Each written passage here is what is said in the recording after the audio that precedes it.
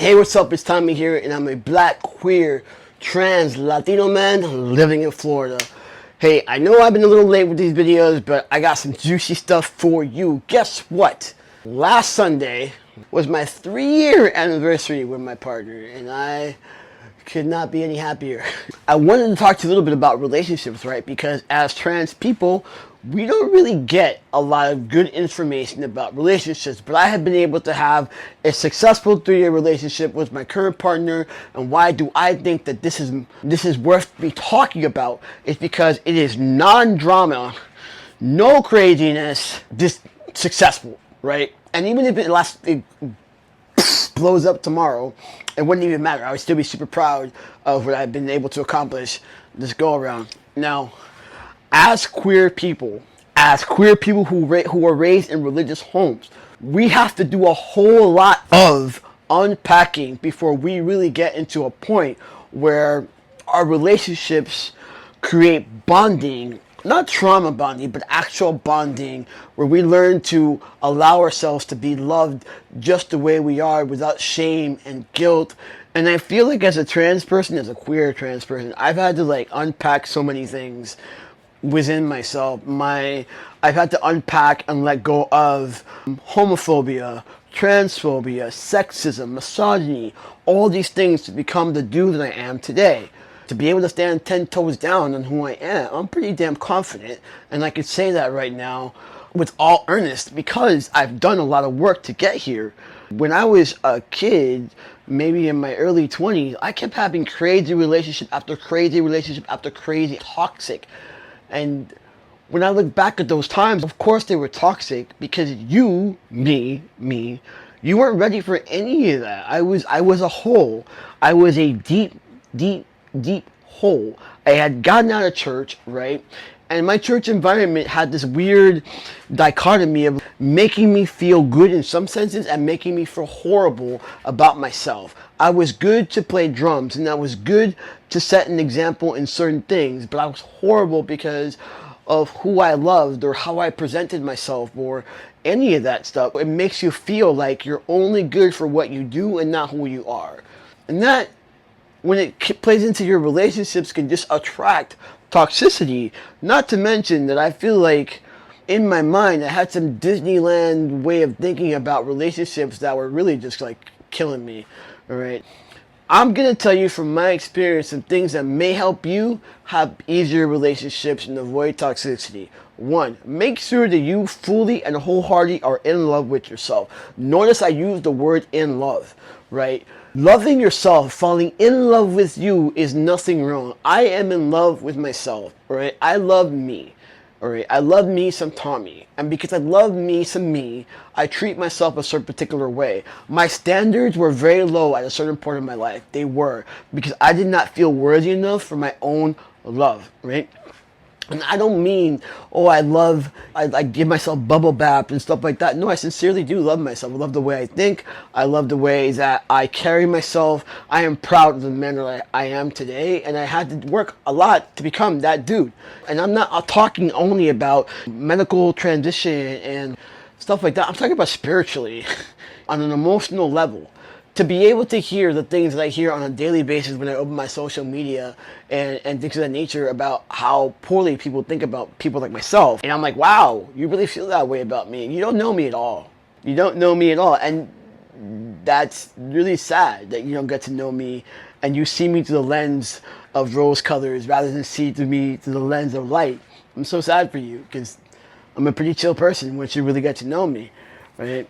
If you see me through the lens of liberal or see me through the lens of, oh, you're a trans man, rather you see me through the lens of, I'm a person who's had to battle all sorts of craziness just to get here, that's pretty bad. But anyway, I digress.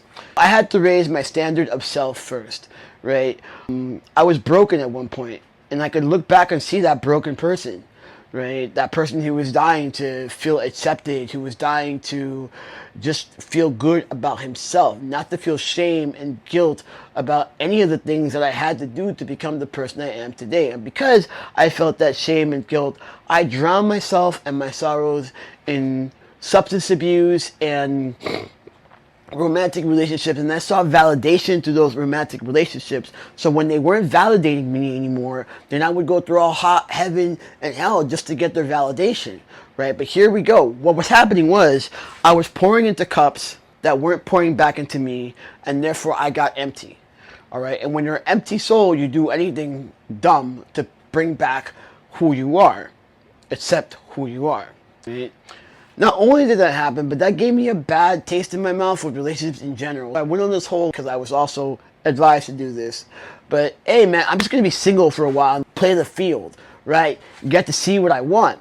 However, playing the field, getting to see what you want without knowing who you are, you still don't get where you want to get to because you don't know who you are. I will say this, once I got to transition, things got a little better. Because now when I looked in the mirror, I was like, I like who I see. I can see myself. I see him. Cool. Awesome. But the first year of my transition, I was still carrying a lot of the messages from, again, childhood and just like societal messages. You're never gonna be someone. You're it. You're not human. You're subhuman. Who's gonna love you? Blase, blase, blase. Like those are the things I was carrying with me. And then eventually, I let those messages go. Not only did I let those messages go, but I got sober. And I want to tell you again, that sobriety is a gift. And it's not just, oh, I stopped drinking. No, I got sober. So in sobriety, we have this thing that at the time that I was doing it was a very, very hard thing, right? But it's basically you write down all the things that you have done to other people, all the things that have been done to you, and you see your part in it, right? You start to see where you are having bad behavior, right? And then you start to take accountability. You make the amends. And while I was doing that, making the amends for my bad behavior and also seeing my part in it, it started to get me to change my behavior so I could stop doing certain things and creating drama in my life. Then after that, I started to take the communications course at Yes. And then after that, I started to read books about relationships. And therefore, my relationships at that time started to grow. I started to attract teachers, and I started to attract people who were headed in a certain particular direction, who were doing this. We pour. So at least after all the relationship was over, I wasn't an empty cup. I wasn't resentful, and I wasn't stuck in this cycle of, oh my God, she hurt me and how horrible a person she is. It was more like, oh, we tried it. It didn't really work. She's cool though. I wish her the best. She wishes me the best. And you see how I start cutting off that resentment, that hatred, that stuff. And all the while though, I'm still working on myself. I'm still trying to get better jobs. I'm still working on my education. I'm still trying to get better financially. I'm trying to get better emotionally. I'm hanging out with different people. I'm starting to compete. I'm starting to do all this stuff. I'm working on myself, work. And then I get into this other relationship with this one woman, and I was on a 5-year stint with this one, right? It's a 5-year stint. And we didn't really fight a lot either. And it was a very loving relationship, except she wasn't going where I was going. And I started to realize that. But hey, I gave myself a pat on the back, because if I ever see her again, I'll be like, hey, how are you? Give me a big hug. It wouldn't be a resentful thing. We could probably sit down and talk about whatever. And it wouldn't be like a big resentment too. I have now gotten to a point where I have good self-esteem with myself, right? And I am now at the point where not only do I understand my gender, I understand my sexuality, and my sexuality is queer. That's how I planned it. That's how it is. I understand parts of my sexuality, that I love intelligence, and I put intelligence. That's the first box you gotta click, and everything else I don't care about. Not that I don't care about physicality, but honestly. Listen, I've been a trainer for a long time. People can gain weight, lose weight. They can make their bodies look however they want to look. If your personality sucks and you're not intelligent, those are two things that takes a little bit more time, a little more effort. Those are two things that I, in my life, put as a priority. Now, 3 years into this new relationship, she doesn't meet Tommy that can't hold a job. She doesn't meet Tommy, who's got this crazy anxiety, is completely out of control. She doesn't meet Tommy that just gets so drunk that he doesn't know where he parked his car. She doesn't meet the Tommy that didn't know what to do with his life, carried this built-in shame. She doesn't meet this Tommy with this crazy alpha bravado. Like my alpha is just really chilled. I don't try to prove myself anymore. I'm just me. And she meets a person who's really, really in love with himself and therefore can give love to her. And now we're at a stage in our relationship where I'm thinking about how I want to make more steps. In my relationship with my girlfriend, I have to admit, there's one thing I really, really love about our relationship is that we dream together. That is one thing that I really love. We don't just like, it's just not just hanging out. I'll literally be like, hey, what do you want your house to look like? What do you want the car to look like? What do you want this to look like? How can we improve each other? And one thing that I will tell you this, and I think it's a good standard to think about when you're in any relationship, I don't care who you are, is am I becoming a better person with this person? Do they push me to be better? And it doesn't always feel comfortable when someone is pushing you to be better. That it sometimes feels very uncomfortable. But when you're thinking like things, I want to better myself in XYZ so I can show up for my relationship in XYZ way. And I think about that a lot. In turn, how I am treated is a big one too. I am not my partner's wallet. I am not my partner's punching bag. I am not her dumping ground, right? Other things that I am not a secret that she's ashamed of.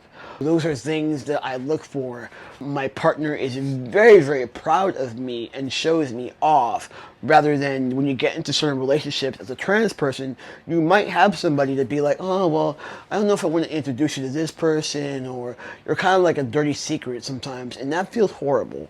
To find someone who loves you loud, who loves you proud, who loves you as a trans person, especially within the society, is not easy. And I will admit that we are both trans, and that's possibly what makes it a tad bit easier on that front, but I don't care. And that's another thing. I'm not ashamed to be who I am or to be who I am with, right? And that's something else that I feel like as a queer person, people love to try to make you feel like. Because it doesn't matter whether I date a cis woman, a trans woman, a man, or whoever I date, people will try to make you feel some type of way because you love who you love. And I, again, won't take that into my energy anymore. I wish for you, and I would love for you to experience what I am feeling times 10. If you're in a relationship or you're about to get into a relationship, please understand that you are worthy of love, you are worthy of happiness, you're worthy of dignity, you are worthy of success and being loved for you exactly as you are, if you are ready to be loved. If you are not ready to be loved, it's okay to take some time and to take some space and to work on that for yourself, whatever that looks like for you. I hope that you have the best day ever. I hope this video touched your heart and made you feel some type of way. Have a great day. I don't know what it is.